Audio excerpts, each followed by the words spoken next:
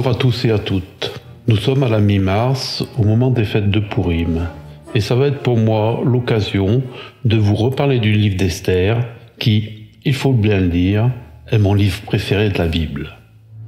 Mon point de départ sera les vœux de Macron, ceux de 2018, parce qu'il les présente devant une grande tapisserie montrant le triomphe de Mardochée. Alors évidemment, triomphe de Mardochée, il faut comprendre triomphe de Macron. Eh bien, il semble que notre président n'ait pas lu le livre d'Esther, parce qu'en réalité, il s'agit de toute autre chose, et que le triomphe de Mardochée pourrait bien annoncer la chute de Macron. Nous étions en 2010, c'était les premiers vœux du président Macron. Nous savions que c'était un fou dangereux, mais nous n'avions pas encore tout à fait remarqué son appétence pour les symboles religieux. Il n'avait pas encore invité Hanouka à l'Élysée, mais là, il se plante devant une illustration à caractère religieux, juif, à tout le moins sioniste. On remarquera que le mur qui encadre la tapisserie a été apprêté dans un style tout à fait pompéen, avec un rouge pourpre tout à fait caractéristique. Le triomphe de Mardochée est une scène du livre d'Esther. Le roi Assuérus récompense Mardochée de l'avoir sauvé d'un attentat que projetaient les deux gardes de la porte du palais.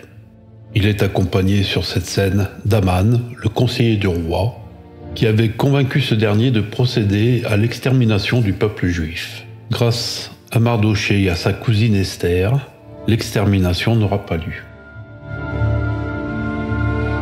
Alors par un effet de coïncidence, cette année, la fête de Pourim tombe le dimanche des Rameaux. Pour mémoire, eh bien, la date du dimanche de Pâques est fixée comme étant celle du premier dimanche qui suit la première pleine lune, qui suit l'équinoxe de printemps. Cette année donc, printemps 21 mars, pleine lune 25 mars, et donc fête de Pâques le 31 mars. La fête de Pourim, elle, est une fête à date fixe, les 14 et 15 du mois de Hadar du calendrier hébreu, qui tombe en général à la mi-mars, et cette année, c'est donc les 23 et 24 mars 2024. Et dimanche 24 mars 2024, c'est également donc la fête des Rameaux. Alors j'ai déjà expliqué, il y a une analogie entre la pendaison de l'âme et la crucifixion du Christ, et en particulier parce que cette analogie, elle se fait par les liens littéraires, il y a une analogie entre le triomphe de Mardochée et le triomphe de Jésus-Christ quand il entre à Jérusalem sur le dos d'un âne. Les deux scènes sont analogues, et pourtant, il y a entre les deux histoires un hiatus énorme, puisque d'un côté, eh bien, c'est Aman, l'ennemi de Mardochée, qui est pendu, alors que du côté des évangiles, c'est Jésus-Christ, le gentil, qui est mis à mort. Un Jésus-Christ qui n'a pas sa récompense dans l'ici-bas, mais dans l'au-delà. Alors que Mardochée, à la fin du livre d'Esther, eh bien, jouit pleinement des bienfaits terrestres, des récoltes abondantes et de la paix retrouvée. On sait la réponse, la solution qu'en a proposé George Fraser à ce problème, en soulignant que lors du procès de Jésus-Christ, lorsqu'il est présenté devant Ponce Pilate, et que la foule doit choisir entre Jésus et Barabbas, eh bien, Barabbas est sauvé. C'est-à-dire que ce n'est pas lui, Barabbas, qui va être exécuté sur la croix. Or, Barabbas veut dire le Fils du Père, et il a pour prénom Jésus. C'est-à-dire que le Barabbas qui est sauvé, qui n'est pas crucifié, s'appelle Jésus Barabbas, Jésus le Fils du Père. Et celui qui meurt sur la croix, celui qui dit « Oh mon Dieu, pourquoi m'as-tu abandonné ?» Eh bien, celui-ci n'est que le faux roi de l'ego qui se prend pour Dieu. Alors qu'est-ce que le livre d'Esther? Ce qu'il faut bien comprendre d'abord, c'est que c'est un livre éminemment sioniste. Précisément, c'est un livre qui tient une grande place dans l'imaginaire sioniste. Et évidemment, quand Macron présente le triomphe de Mardochée, c'est également le triomphe du sionisme, le triomphe du juif Mardochée, mais du juif sioniste.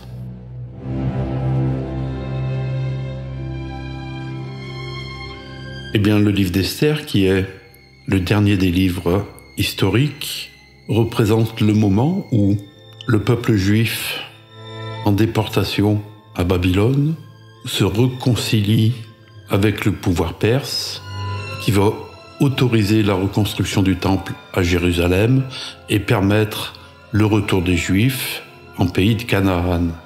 On se souvient de cette histoire du grand roi perse qui permet de remettre sur le trône des peuples autrefois déportés. C'est une idée qu'on a trouvée chez Hérodote, on l'a trouvée sur le cylindre de Cyrus, et évidemment c'est une idée biblique. Une idée biblique qui montre, au moins en partie, que la Bible est d'origine sioniste. Et puis, je l'ai expliqué dans une vidéo, certains rabbins ont montré les correspondances qu'il y avait entre le livre d'Esther et la pendaison à Nuremberg de 10 membres du régime nazi. Ils ont même été jusqu'à affirmer que le livre d'Esther préfigurait le procès de Nuremberg. Il n'en est évidemment rien, c'est l'inverse qui est vrai, c'est-à-dire que certains éléments du procès de Nuremberg ont été puisés dans le livre d'Esther par les gentils organisateurs, mais l'idée de la déportation ou encore de la persécution des Juifs est déjà bien contenue dans ce livre d'Esther. Livre d'Esther dont j'ai dit qu'on était sûr qu'il avait été écrit avant 1450. À se demander si le scénario de la Shoah en lui-même n'était pas finalement déjà élaboré à cette époque.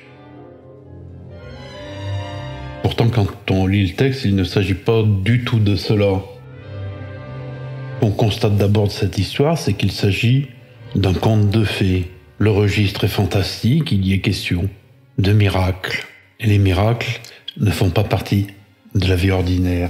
Mais ce qui caractérise le conte de fées, c'est qu'il est intemporel, universel. Et d'ailleurs, si on analyse le texte d'Esther avec les moyens d'analyse des contes de fées, on s'aperçoit qu'on est face à un texte profond, bien structuré, qui nous enseigne diverses choses sur l'âme humaine, du narcissisme à la libération, à l'éveil. Et ce qui est raconté, rend compte des archétypes humains. Et cette histoire pourrait bien avoir lieu, en tout temps. En tout cas, lorsqu'on est dans un conte de fées, le paysage du conte de fées est un paysage imaginaire. On ne dit jamais que la Belle au bois dormant dort précisément dans ce château et qu'elle vécut de telle année à telle année. Non, les contes sont intemporels. Or ici, le conte est clairement localisé, puisque la scène se passe au palais de Suse qui est alors la capitale de l'Empire perse, et que Mardochée fait partie des Juifs qui ont été déportés à Babylone par le roi Nabuchodonosor. Ainsi, on apprend que Mardochée est précisément un Juif. Le texte dit ceci. Il y avait dans Suse, la capitale, un Juif nommé Mardochée, fils de Jaïr, fils de Shimei, fils de Kis, homme de Benjamin, qui avait été amené de Jérusalem parmi les captifs déportés avec Jéconia, roi de Juda, par Nabuchodonosor, roi de Babylone. Et c'est donc ce verset qui rattache le livre d'Esther à l'histoire des Juifs telle qu'elle est racontée dans la Bible. La difficulté, c'est qu'il est dit que Mardochée est juif, alors qu'il est dit en même temps qu'il est Benjamin, de la tribune des Benjamins. Et en fait, juif, Yehudi, ça veut dire de la tribune de Juda, et non pas de la tribune de Benjamin. C'est-à-dire que Mardochée, au moins à ce temps-là, ne pouvait être à la fois juif et Benjamin, Benjamin. C'est l'un ou l'autre, pas les deux en même temps. Sauf si le mot juif, Yehudi, ici, signifie autre chose. Par exemple, le mot juif pourrait signifier simplement les croyants, la communauté des croyants, et prendrait alors un sens universel, et le texte, comme tous les contes de fées, concernerait l'ensemble de l'humanité. Alors ce qu'il y a d'intéressant également, c'est que à ce récit d'Esther, eh bien, on lui a surimposé un autre texte, le texte dit Esther grec, eh bien, qui lui aussi rajoute du contexte historique entre guillemets. Le mot Israël, qui n'est pas présent dans le premier texte, est cité dans le second comme étant le Dieu qui privilégie Israël. Donc, un texte qui surimpose au livre d'Esther originel, eh bien, un supplément d'interprétation. À cela s'ajoute évidemment une couche de commentaires et de commentaires pour faire du livre d'Esther qui est au départ simplement un conte de fées sur, disons, les pérégrinations de l'âme humaine, eh bien, en faire un livre politique, un livre sioniste, un livre orienté vers la conquête de la Palestine. Mais en lui-même, le livre d'Esther est bien un conte de fées, intemporel, universel, et non donc un texte incarné en un lieu, en un temps et à une place particulière qu'on a voulu lui donner par la suite. Le texte, au départ fantastique, mythologique, est approprié simplement par l'ajout d'un ou deux versets qui en modifient considérablement le sens et la portée, puis encore par de nouveaux éléments de surdétermination comme de nouveaux chapitres, ou encore des commentaires qui en font un livre juif de ces juifs, au point que les chrétiens, les catholiques ne le connaissent pas, parce qu'il n'est pas au départ quand on regarde ce que le texte raconte.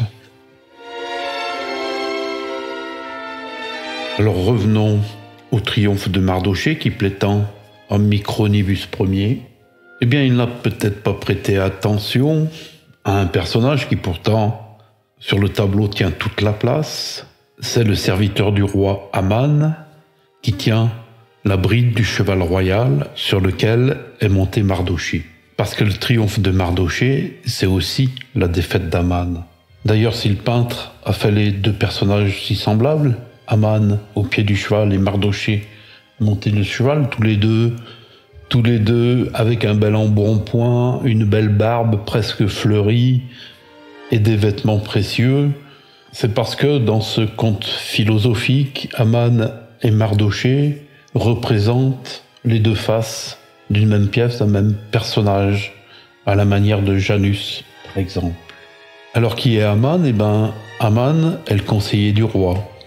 C'est un personnage narcissique, fourbe, veule, mais qui a grimpé dans les hautes sphères du palais et qui a l'oreille du roi. C'est lui qui a conseillé au roi Assuréus de faire exterminer tous les Juifs. Et par un retournement du sort, grâce à la reine Esther conseillée par Mardochée, eh bien le roi est tout retourné, le roi se réveille en quelque sorte, et c'est Aman le maudit, qui est pendu. Le récit d'Esther et la fête de Pourim sont apparents aux fêtes de carnaval. C'est une fête joyeuse, une fête bruyante, une fête pour les enfants, au cours de laquelle on y fait un repas et on s'offre des cadeaux en guise de réconciliation. Au cours de ces fêtes, on y désigne un roi. Aujourd'hui, on fabrique des grosses têtes qu'on fait circuler, défiler au milieu de la ville, au milieu des rues. Et puis ce roi, choisi pour l'occasion, a tous les pouvoirs. Il peut faire tout ce qui lui plaît, même coucher avec les concubines du roi. Mais à la fin de la fête, ils le prennent, ils le déshabillent et ils le battent. Ils le frappent à coups de verge et ils le tuent. C'est le rôle du bouc émissaire. Alors Micron est-il plutôt Mardochée, cet homme humble, pieux, qui prend soin de sa cousine Esther et qui est soucieux de la santé de son roi? Ou est-il plus près d'Aman, cet intrigant, ce narcissique, ce beau parleur qui endort tout le monde avec des boniments? Alors est-ce que, à travers ce tableau, eh bien, Macron, l'Élysée voulait nous faire passer un message? Est-ce que le triomphe de Mardochée n'annonce-t-il pas la défaite d'Aman? Et Aman n'est-il pas le représentant du pouvoir politique médiatique qu'incarne Macron? Macron finira-t-il en bouc émissaire pour expier les crimes de la caste qu'il a mis en place et qui, surtout, ne veut pas perdre ses prérogatives? Voilà, c'est tout pour aujourd'hui. Si ce contenu vous a plu, bien évidemment, je vous invite à liker, à partager, à commenter et bien sûr à vous abonner pour soutenir et encourager mon travail. Voilà, je vous remercie de votre patience, je vous remercie de votre attention et je vous dis à bientôt.